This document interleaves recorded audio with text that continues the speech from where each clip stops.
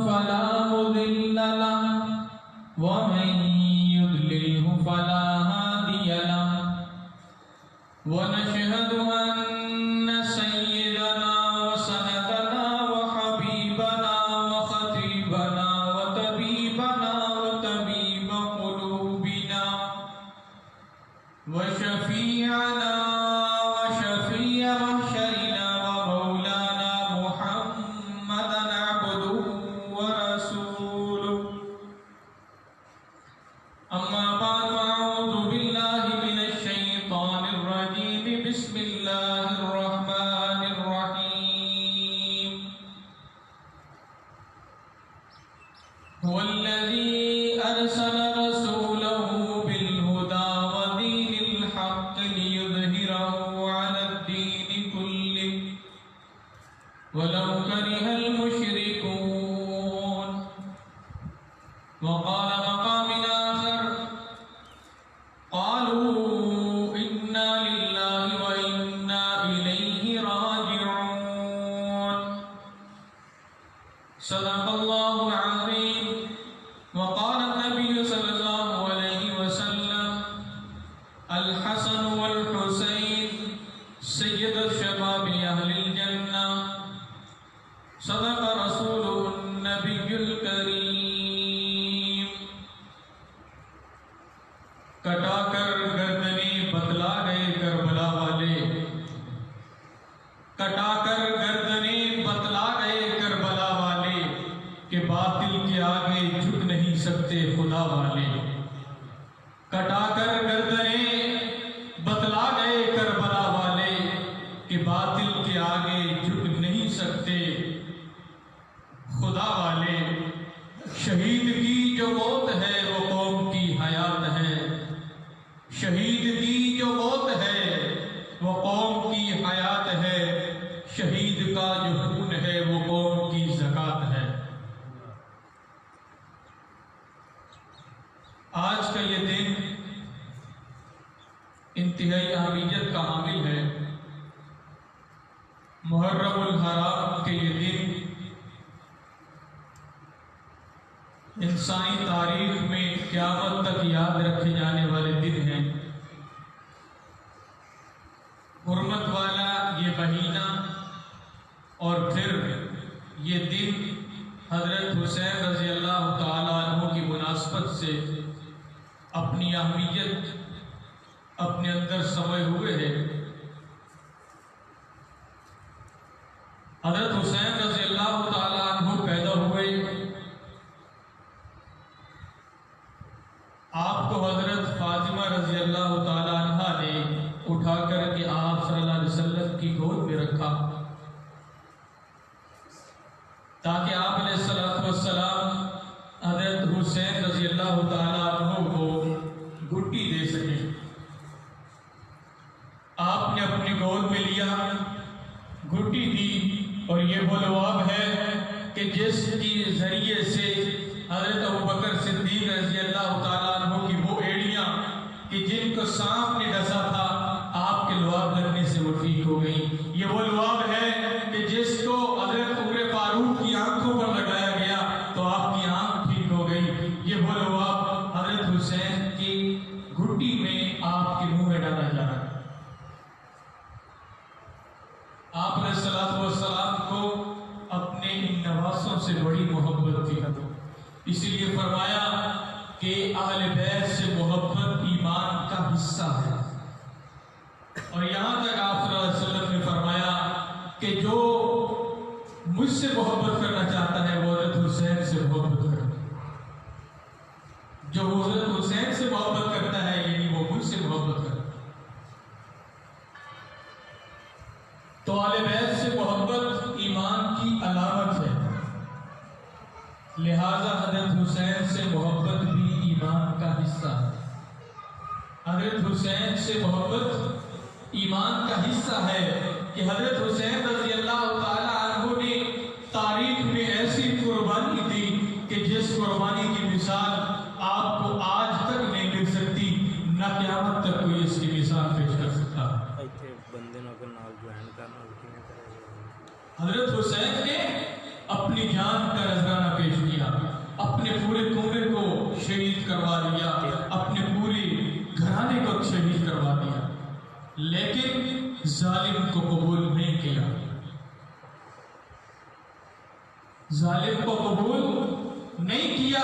یہ وہ حضرت حسین ہیں کہ جن سے آپ صلی اللہ علیہ وسلم اتنی محبت کرتے ہیں۔ آپ جس سفر پہ بھی جائیں، حضرت فاطمہ کے گھر سے ہو کر جاتے ہیں، حضرت حسن حسین کو مل کر کے جاتے ہیں، واپس آتے ہیں تو پھر حضرت حسن حسین سے ملتے ہیں۔ آپ سے اتنی محبت کہ کہا ان سے محبت آپ کے ایمان کا حصہ ہے۔ آپ خطبہ دے رہے ہیں، جمعہ پڑھا رہے ہیں، خطبہ دے رہے ہیں، حضرت حسن حسین آ گئے، لڑکھڑاتے ہوئے گر رہے ہیں، اٹھ رہے ہیں، چھوٹے ہیں۔ آپ نے خطبہ چھوڑا، حضرت حسن حسین کو اٹھایا، 5 لاکھ کے بٹھایا۔ آپ کی محبت ہے۔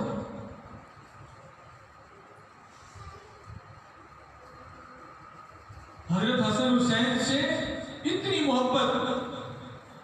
آپ نماز پڑھ رہے ہیں، نماز سے بڑی کوئی عبادت نہیں۔ آپ کے سجدے میں جاتے ہیں تو حضرت حسن حسین آپ کے ساتھ کھیلنے لگ جاتے ہیں، آپ کی پیٹھ پہ سوار ہو جاتے ہیں، آپ نماز لمبی کر دیتے ہیں۔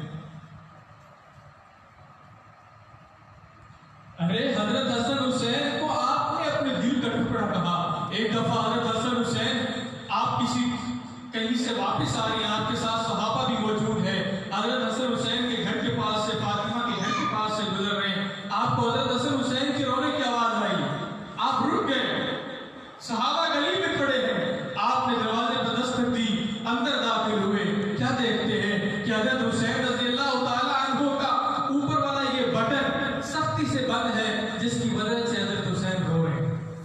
آپ نے وہ بٹن کھولا اور پھر جہاں پر نشان نظر آیا جسم پر، اپنے یہ مبارک لباب لگایا، ٹھیک ہو، اور فرمایا فاطمہ حضرت اس حسین کو رونے نہ دیا کر، جب یہ حسین روتا ہے میں محمد کو دکھ ہوتا ہے، مجھے تکلیف ہوتی ہے۔ آپ کا بڑا مقام ہے، بڑی محبت سے آپ کو آپ نے پالا، اور حضرت فاطمہ نے تربیت کیسے کی، وہ تربیت بھی شاندار ہے۔ آپ لوری دیتی ہیں تو سورہ یاسین سنا کر کے لوری دے رہی ہے، یاسین والقرآن الحکیم انک لمن المرسلین، لوری دی جا رہی ہے، آپ کی کمال تربیت ہو رہی ہے۔ حضرت حسن حسین کی تربیت اتنی شاندار کہ آپ دونوں چھوٹے ہیں، 5 سال سے بھی کم عمر ہے، وضو کرنے کے لیے وضو خانے پہنچے، کیا دیکھتے ہیں ایک بزرگ وضو کر رہے ہیں لیکن صحیح نہیں کر رہے، دونوں نے آپس میں مشورہ کیا کہ ہم کس طرح سے ان کو بتائیں، یہ تو ہم سے بہت بڑے ہیں، ہم کیسے ان کو سکھا سکتے ہیں۔ آپ نے کیا طریقہ اختیار کیا کہ بزرگ سے کہا کہ جو بھی ان کا نام تھا کہ اے ابا جان یا چاچا جان، ہمیں دیکھیے، حسن کہتا ہے مجھے سے ہی وضو آتا ہے، میں کہتا ہوں مجھے سے ہی وضو آتا ہے، ہم دونوں وضو کرتے ہیں، آپ ہمیں دیکھیں ہم میں سے کون سے وضو کرتا ہے۔ کیسی تربیت ہے۔ حضرت حسن نے وضو کیا، حسین رضی اللہ تعالیٰ عنہ نے وضو کیا، بزرگ سمجھ گئے بیٹا آپ غلط نہیں، میں غلط کر رہا تھا۔ کیسی تربیت، کتنا بڑا مقام۔ اور پھر ہمیں آپ صلی اللہ علیہ وسلم جب اس دنیا سے رحلت فرما گئے، حضرت حسین کی عمر 6 سال ہے، 6 سال عمر ہے۔ یہاں پر ایک سوال پیدا ہوتا ہے، آپ کے ذہنوں میں پیدا کرنا چاہ رہا ہوں۔ حضرت حسین کی عمر 6 سال ہے جب آپ دنیا سے کوچ کر رہے ہیں، اور جب آپ کو کربلا کے میدان میں پہنچایا گیا آپ کی عمر 58 سال ہے، 2 سال کم 60 سال۔ 6 سال کی عمر میں آپ صلی اللہ علیہ وسلم چھوڑ کر کے جا رہے ہیں، 58 سال کی عمر میں کربلا پہنچ گئے، 52 سال کی زندگی پہ پردہ کیوں؟ 52 سال کی زندگی گزاری، وہ کہاں گئے؟ اس پر سے پردہ کیوں نہیں ہٹایا جاتا؟ اس زندگی کے حصے کو کیوں نہیں بیان کیا جاتا؟ کبھی غور کیا؟ آپ صلی اللہ علیہ وسلم کے دور کے اندر آپ کی محبت بیان کی جاتی ہے، واقعات بیان کیے جاتے ہیں، یا کربلا کا واقعہ بیان کیا جاتا ہے، یہ 52 سالہ زندگی کیوں بیان نہیں کی جاتی؟ وہ اس لیے کہ جب یہ 52 سالہ زندگی کو اٹھا کر کے دیکھو گے تو آپ کو حسین ابو بکر صدیق کی گود میں نظر آئے گا، یہ حسین آپ کو عمر کی گود میں نظر آئے گا، یہ حسین آپ کو علی کی تربیت میں نظر آئے گا۔ حضرت صدیق ایک صحابی ایک دفعہ کیا ہوا کہ آپ صلی اللہ علیہ وسلم سے مسئلہ پوچھنے کے لیے آئے، شام کا وقت ہے، آپ صلی اللہ علیہ وسلم باہر تشریف لائے، سردی کا دن ہے، آپ نے چادر اوڑھی ہوئی ہے، تو صحابی نے پوچھا کہ یا رسول اللہ، عصر کے وقت جب میں آپ کی جان چھوڑ کر کے گیا تو آپ پتلے تھے، یہ ایک دم سے آپ کا جسم موٹا کیسے ہو گیا؟ آپ کا تیسری دفعہ پھر آپ سے صحابہ نے عرض کیا کہ آپ اتبر ہیں، آپ ادھر ادھر دیکھ رہے ہیں، ڈھونڈ رہے ہیں کسی کو، متلاشی ہیں آنکھیں۔ آپ نے فرمایا حضرت حسن اور حسین نظر نہیں آ رہے، ان کو بلایا جائے۔ حسن اور حسین نظر نہیں آ رہے، ان کو بلاؤ، کہاں ہے وہ؟ لایا گیا، حسن کو دائیں طرف بٹھایا منبر کے، حسین کو بائیں طرف بٹھایا، اور خطبہ شروع کرنے سے پہلے کہا، لوگوں حضور ہمارے درمیان نہیں رہے، آپ دنیا سے رحلت فرما گئے، لیکن حضور کا یہ غلام خطبہ دے گا، حضور موجود نہیں۔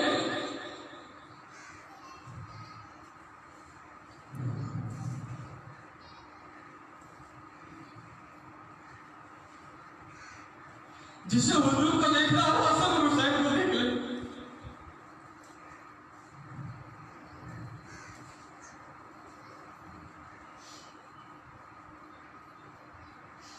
آپ کی شکل تک حضرت حسن حسین کی آپ صلی اللہ علیہ وسلم سے ملتی تھی۔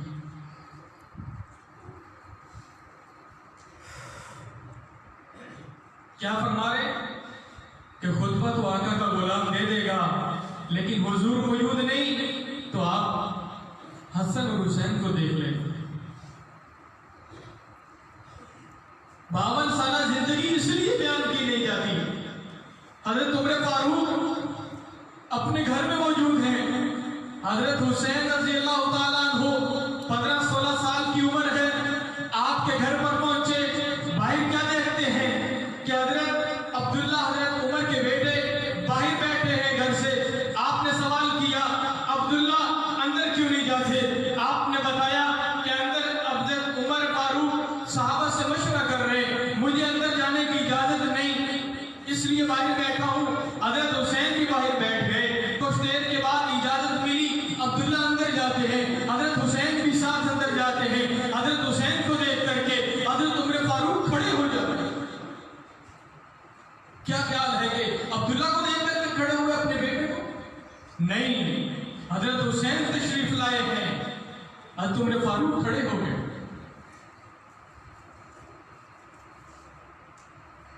ہمیں نہیں معلوم حضرت حسین کی قدر کیا ہے، اور حضرت عمر فاروق نے پوچھا، حسین آپ کب آئے؟ حسین کیا فرماتے ہیں کہ چچا جان، میں کافی دیر سے باہر بیٹھا ہوں، میں نے دیکھا کہ عبداللہ باہر بیٹھا ہے، عبداللہ آپ کا بیٹا ہے، اس کو اندر آنے کی اجازت نہیں، تو میں تو علی کا بیٹا ہوں، میں تو اس لیے باہر بیٹھ گیا۔ حضرت عمر فاروق کیا فرماتے ہیں کہ نہیں حسین، تجھے اجازت کی ضرورت نہیں، یہ قانون عبداللہ کے لیے تو ہے، تیرے لیے نہیں ہے۔ کیوں؟ جب تجھے میں دیکھتا ہوں، مجھے تیرے چہرے پہ تجھے دیکھ کر حضور صلی اللہ علیہ وسلم یاد آ جاتے ہیں، ان کا بوسہ لینا یاد آ جاتا ہے، ان کا پیار کرنا یاد آ جاتا ہے، ان کے ساتھ تیرا کھیلنا یاد آ جاتا ہے، ان کی محبت تیرے ساتھ مجھے یاد آ جاتی ہے۔ عبداللہ کے لیے تو یہ قانون ہے کہ وہ اجازت لے کر کے اندر آئے، لیکن حسین آپ کے لیے یہ قانون نہیں، آپ جب چاہیں اندر تشریف لا سکتے ہیں۔ حضرت عمر فاروق کا ہی زمانہ ہے،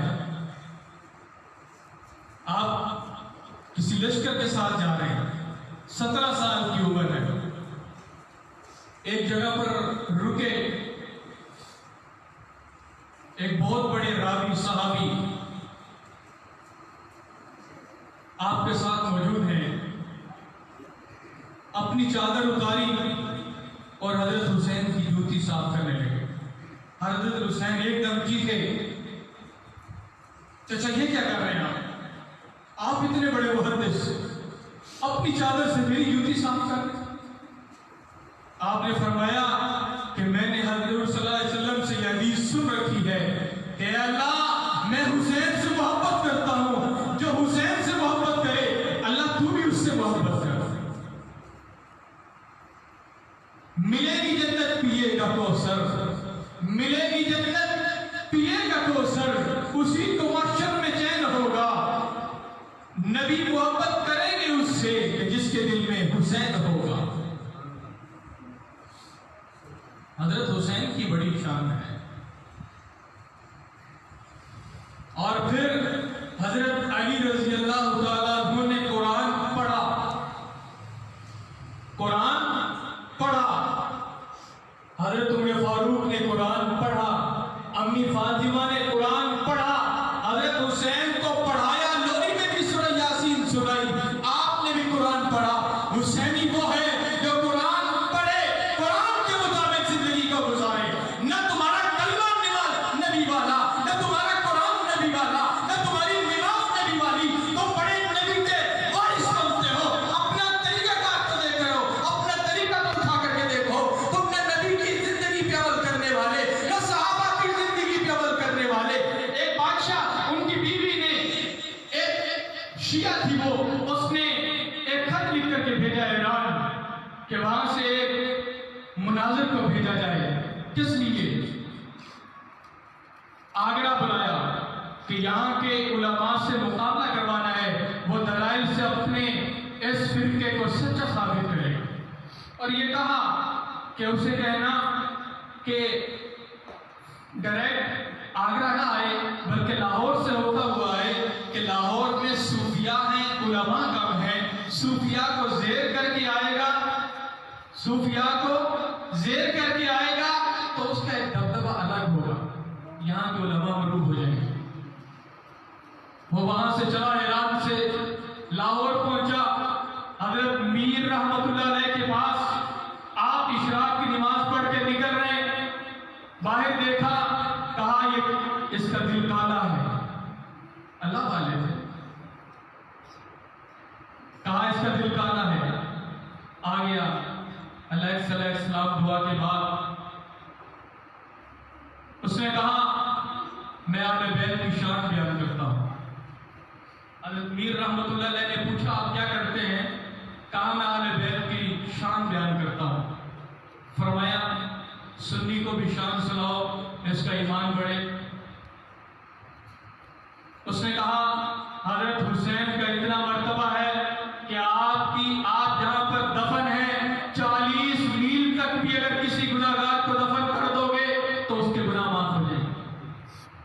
کہا پھر سناؤ، پھر سنایا، کہا پھر سناؤ، پھر سنایا، کہا یہ شان حسین کو کس کے ذریعے سے ملی، کس کی نسبت سے ملی؟ کہنے لگا حضور صلی اللہ علیہ وسلم کی نسبت سے ملی، آپ کی وجہ سے ملی۔ تو حضرت میر رحمت اللہ علیہ نے فرمایا اگر حسین کو اتنی شان ملی ہے تو اس نبی کا کیا حالت ہوگا، اس کی شان کتنی ہوگی؟ کہا وہ تم سے بہت بڑی ہوئی ہوگی۔ تو فرمایا اگر حسین کی شان یہ ہے کہ 40 میل تک دفن ہونے والا گنہگار بخشا جاتا ہے، تو پھر حضور کے ساتھ جو دفن ہیں ان کا کیا ہوگا؟ کیا وہ جنتی نہیں ہوں گے؟ کیا وہ بخشے ہوئے نہیں ہوں گے؟ حسین کی شان یہ ہے کہ وہ دفن جہاں ہو 40 میل تک گنہگار بخشا جاتا ہے، تو حضرت محمد مصطفیٰ صلی اللہ علیہ وسلم کی شان تو ان کے بعد ان سے بڑھ کر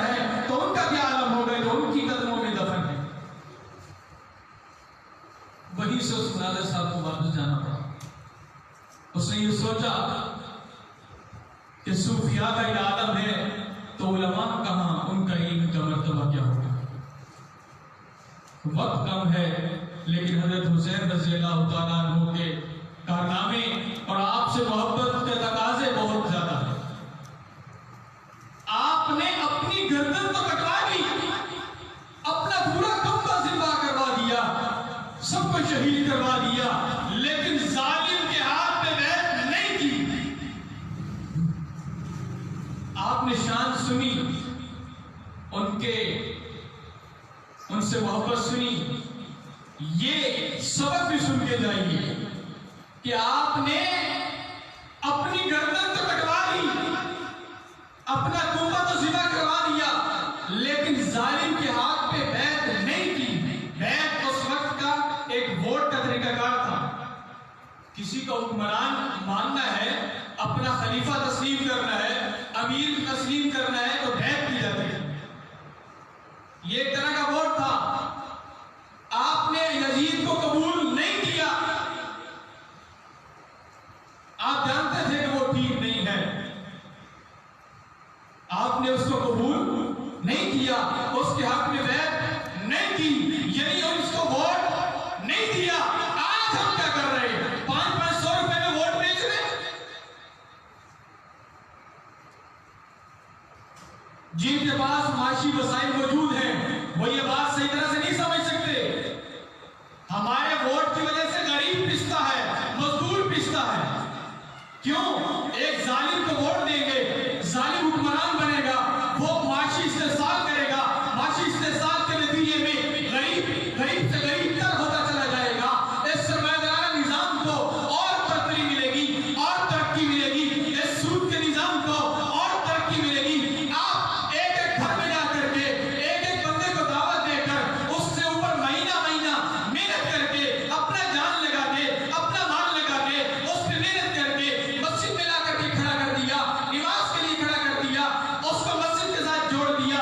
لیکن کبھی یہ سوچا کہ آپ کا میڈیا آپ کے مہینے کی محنت پہ 10 منٹ کے اندر ایسے پانی پھیر دیتا ہے میڈیا کے ذریعے، اس موبائل کے ذریعے، انٹرنیٹ کے ذریعے؟ کیوں؟ نظام پہ کنٹرول اس کا ہے، میڈیا پہ کنٹرول اس کا ہے۔ اس کے ذریعے سے کتنے نوجوانوں کو برباد کر، کتنی بیٹیوں کی زندگی برباد کر دیتا ہے۔ ایک ماں کی گود، اس سے کتنی نسلیں تباہ ہوتی ہیں۔ کبھی اندازہ کیا؟ حضرت حسین نے ظلم کا نظام قبول نہیں کیا، جان دے دی۔ کیوں؟ کہ غلامی قبول نہیں۔ غلامی ہوگی تو صرف اللہ کی ہوگی، اللہ کے قانون کی غلامی ہوگی۔ کسی یزید کی غلامی نہیں قبول کر سکتے، کسی فرعون کی غلامی نہیں قبول کر سکتے۔ حضرت موسیٰ علیہ السلام نے کتنی محنت کی، فرعون سے اپنی قوم کو لے کر کے نکلے، اللہ نے مدد کس طرح سے کی؟ آپ کو دریا سے راستہ دے دی۔ کیوں؟ آپ کی لڑائی کیا تھی؟ فرعون سے یہ لڑائی تھی کہ اس قوم کو غلام کیوں بنایا ہوا؟ قوموں کو غلام بنانے کا کیا طریقہ ہوتا ہے؟ اس کی نوجوان نسل کو غلام بنا دو، اس کی ذہنی طور پہ پست کر دو۔ آج ہمیں لارڈ میکالے کے تعلیمی نظام سے غلام بنایا جا رہا ہے۔ 1835 میں جب اس لارڈ میکالے نے پورا سروے کرنے کے بعد تعلیمی نظام پیش کیا تو اس نے یہ کہا تھا اس تعلیمی نظام کے ذریعے سے کلرک پیدا ہوں گے، غلام پیدا ہوں گے، نوکر پیدا ہوں گے۔ آج بھی ہماری یہی سوچ ہے کہ ہم نے پڑھ کر نوکر بننا ہے، نوکری حاصل کرنی ہے، اس سسٹم کا غلام بننا ہے۔ حضرت حسین نے قربانی دی تو اس قربانی کو سوچنا چاہیے کہ وہ کس لیے دی۔ جس کا سسٹم ہوتا ہے ملک کے اندر، قوم کے اندر، جس کا نظام چل رہا ہو، حکم اسی کا چل رہا ہوتا ہے۔ یہ بات ذہن میں رکھیے گا۔ ہماری نمازیں، میں نماز پڑھتے ہیں، یہ محلہ نماز پڑھنا شروع کر دے، آپ کی اس نماز سے قانون بدل جائے گا، عدالتی نظام بدل جائے گا، تعلیمی نظام بدل جائے گا۔ ایک ڈاکٹر، اس نے ڈاکٹری نہیں پڑھی،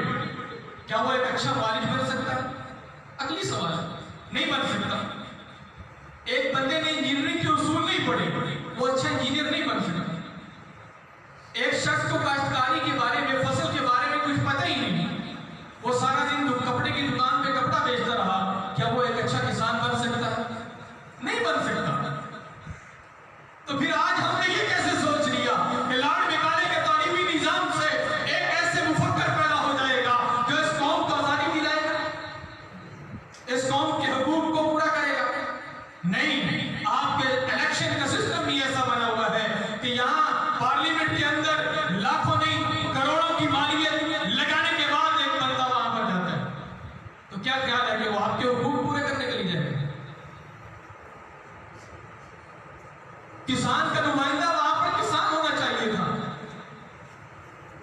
مزدور کا نمائندہ وہاں مزدور ہونا چاہیے تھا، جس کو پتا ہو مزدور کیا ہے، اس کے حقوق حاصل کرنا۔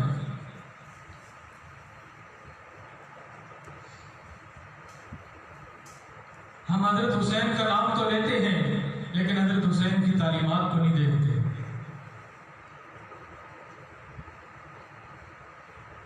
دعا ہے کہ اللہ رب العزت عمل کرنے کی توفیق عطا فرمائے۔